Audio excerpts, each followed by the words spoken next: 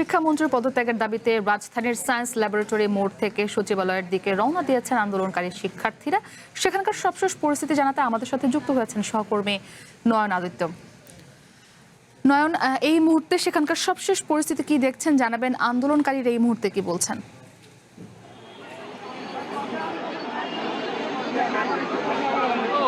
দেখুন, এই মুহূর্তে আন্দোলনকারীরা অর্থাৎ শিক্ষার্থীরা শিক্ষা ভবনের সামনে সচিবালয়ের যে সড়কটি রয়েছে সেই সড়কের সামনে এসে অবস্থান নিয়েছে এবং তার আগে এখানে আইন শৃঙ্খলা বাহিনীর সদস্যরা এই সচিবালয়ে যাবার জন্য যে দুটি পথ রয়েছে দুটি পথেই ব্যারিকেড দিয়ে সেখানে অবস্থান নেয় এবং এই ব্যারিকেডের সামনে মূলত এখানে এই যে সায়েন্স ল্যাব মোড় থেকে পদযাত্রা করে তাদের যে পূর্ব ঘোষিত কর্মসূচি শিক্ষার্থীদের তারা এখানে এসে অবস্থান নিয়েছে। যদিও এখানে এখন পর্যন্ত আনুষ্ঠানিকভাবে কোনো কথা এই শিক্ষার্থীদের পক্ষ থেকে বলা হয়নি, তবে এখানে আমরা দেখি আরও একটি নতুন মিছিল এসে এখানে যুক্ত হলো এবং বিভিন্ন শিক্ষার্থীরা অর্থাৎ বিভিন্ন শিক্ষা প্রতিষ্ঠানের শিক্ষার্থীরা এখানে এসে অবস্থান নিয়েছে এবং সেখানেই আসলে যুক্ত হচ্ছে। যেমনটি বলা হচ্ছিল তাদের যে কর্মসূচি যে কর্মসূচির মধ্যে এই যে শিক্ষার্থীরা এবং বিভিন্ন শিক্ষা প্রতিষ্ঠানের শিক্ষার্থীরা মূলত এখানে এসে অবস্থান কর্মসূচি পালন করবে সেটি এখনো চলমান রয়েছে এবং আমরা যেটি দেখছিলাম সায়েন্স ল্যাব মোড় থেকে অন্তত 5টি শিক্ষা প্রতিষ্ঠানের প্রায় শতাধিক শিক্ষার্থী এখানে অবস্থান নেয় এবং এখন এখানে এসে দেখছি যে আরও কিছু শিক্ষার্থীরা এখানে যুক্ত হলো, সংখ্যায় যে বাড়লো এবং আসার সঙ্গে সঙ্গে এখানে অবস্থানরত শিক্ষার্থীরা কিন্তু তারা স্বাগত জানিয়েছে এবং স্বাগত জানিয়ে মূলত তারা এই যে যারা নতুন শিক্ষার্থীরা তাদের সঙ্গে আবার তাদের দাবি আদায়ে স্লোগান দেওয়া শুরু করেছে এবং যেটি আমি আপনাকে বলছিলাম এখানে আইন শৃঙ্খলা বাহিনীর সদস্যরা ব্যারিকেড দিয়ে এখানে অবস্থান নিয়েছে। শুধু পুলিশ নয়, পুলিশের পাশাপাশি বিজিবিও আছে, যেমনটি এর আগের সংবাদে আমরা বলছিলাম তেমনি একটি পরিস্থিতি এখানে রয়েছে এবং এখানে মূলত যেটি হয়েছে যে তাদের যে দাবি এই দাবিটি এখন যেটি শিক্ষার্থীরা বলছেন যে তাদের যে 6টি দাবি ছিল সেই 6টি দাবির সাথে তারা যুক্ত করছেন, যেটি গতকালকে থেকে তারা আন্দোলনরত শিক্ষার্থীরা যেটি বলে আসছিলেন যে শিক্ষামন্ত্রী তারা পদত্যাগ চান, সেখান থেকে এখনো এসে তারা সরে আসেননি। যদিও গতকাল শিক্ষামন্ত্রী তার সংসদে তার বক্তব্যে এই ঘটনার জন্য ক্ষমা প্রার্থনা করেছেন এবং তারপরেও কিন্তু শিক্ষার্থীরা তাদের দাবি সেই দাবিতে অনড় আছে এবং তারা যেটি দিচ্ছেন যে তারা আসলে শিক্ষা ব্যবস্থা নিয়ে বারবার যে পরীক্ষা নিরীক্ষা করা হচ্ছে তার মধ্যে দিয়ে শিক্ষার্থী এবং শিক্ষা কার্যক্রম যে ক্ষতিগ্রস্ত হচ্ছে সেই বিষয়টিকে গুরুত্ব দিয়ে সামনে আনার জন্য বারবারই তারা আহ্বান জানাচ্ছেন এবং তারা যেটি বলছেন যে এই যে সারা দেশে বন্যা পরিস্থিতি তৈরি হলো এবং গতকালকের যে ঘটনা এই শিক্ষার্থীদের উপরে যে হামলা হলো পুলিশের, তাতে যারা শিক্ষার্থীরা আহত হয়েছেন তাদের আসলে পরীক্ষার কি হবে সে বিষয়টিও কিন্তু তারা সামনে নিয়ে আসছেন এবং যেটি বলছেন যে দুর্গত যে এলাকায় পরীক্ষা স্থগিত করা হয়েছে কিন্তু সারা দেশে পরীক্ষা স্থগিত করা একই সঙ্গে শিক্ষার্থীদের আবারও একটু স্বাভাবিক হওয়ার জন্য সময় দেয়, এ ধরনের 6টি দাবি কিন্তু তারা করেছেন এবং এখানে আমরা দেখছি যে যারা এখানে মিছিল নিয়ে এসেছেন তাদের পক্ষ থেকে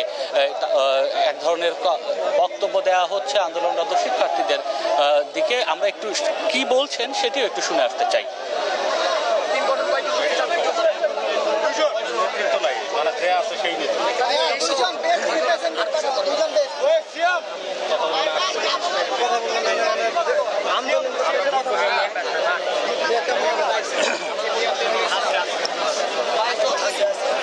এখানে তারা মূলত নিজেদের মধ্যে কথা বলছেন, আমরা যেটি তারা গণমাধ্যম কর্মীদের সঙ্গে এখনই কথা বলতে চাচ্ছেন না। তবে আইন শৃঙ্খলা পরিস্থিতি নিয়ে এখানে আমাদের সহকর্মীরা আপনারা জানেন যে বিভিন্ন পয়েন্টে আজকে যে 4টি পয়েন্ট বিশেষ করে ঢাকার রামপুরা, উত্তরা, ইসিবি চত্বর, সায়েন্স ল্যাব, এই যে 4টি পয়েন্ট আছে 4টি পয়েন্টেই আমাদের সহকর্মীরা অবস্থানে এই শিক্ষার্থীদের যে অবস্থান কর্মসূচি এবং বিক্ষোভ প্রদর্শন একই সঙ্গে পদযাত্রা সেটি সঙ্গে যুক্ত ছিল এবং তাদের কাছ থেকে আমরা যে তথ্য পাচ্ছি যে উত্তরা থেকে কিংবা ইসিবি থেকে এখনো রওনা দিয়েছে কিনা সেটি এখনো আমরা নিশ্চিত হতে পারিনি। তবে সায়েন্স ল্যাবের যে শিক্ষার্থীরা তারা পদযাত্রা করে কিন্তু এখানে এসেছেন এবং এর ফাঁকে আমরা দেখলাম আরও একটি শিক্ষা প্রতিষ্ঠান এটি ঢাকা কমার্স কলেজের একটি প্রায় 100 শতাধিক শিক্ষার্থী এখানে এসে যুক্ত হয়েছে এবং এখন তারা আইন শৃঙ্খলা বাহিনীর সদস্যদের সঙ্গে এই যে আন্দোলনরত শিক্ষার্থী যারা আছেন যারা এখানে অবস্থান নিয়েছেন তারা এখন তাদের কোনো কথা বলেনি, তবে তারা ভেতরে যারা সচিবালয় যে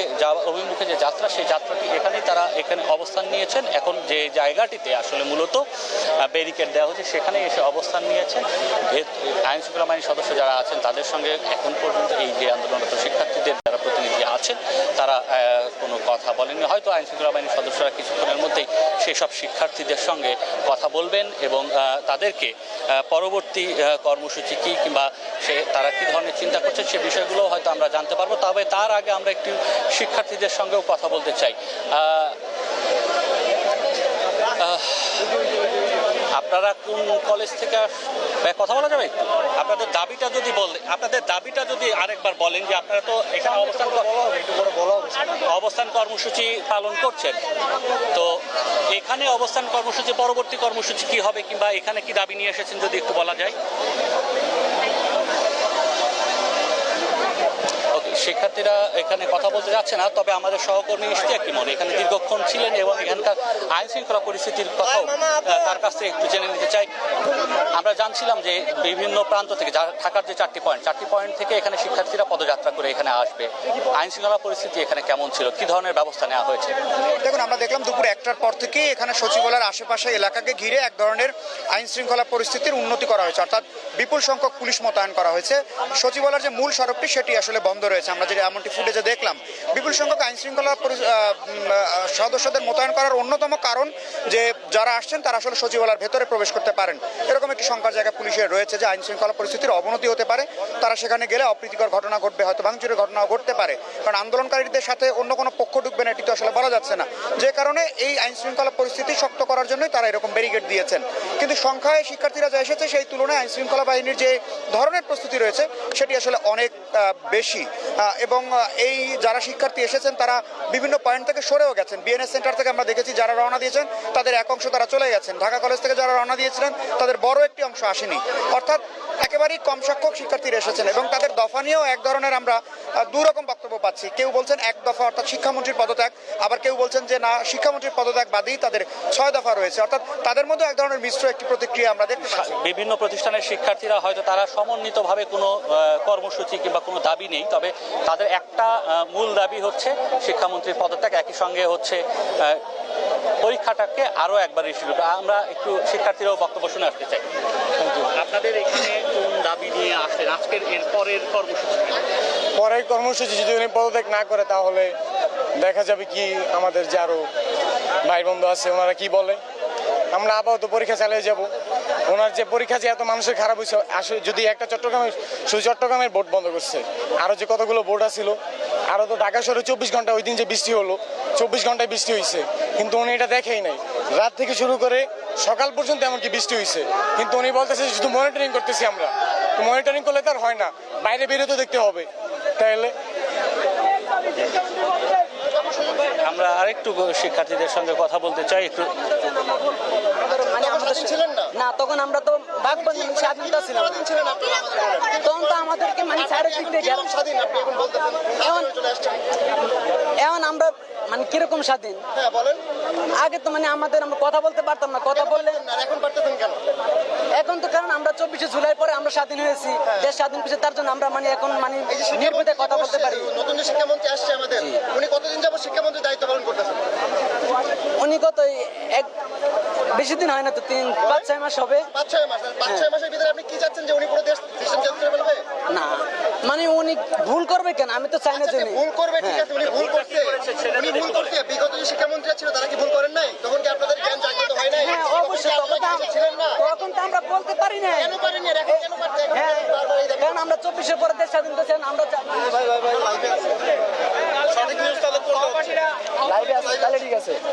আসার সময় প্রেসের একজন ধরছে মিরপুর 10-এ, লাইভ নাই।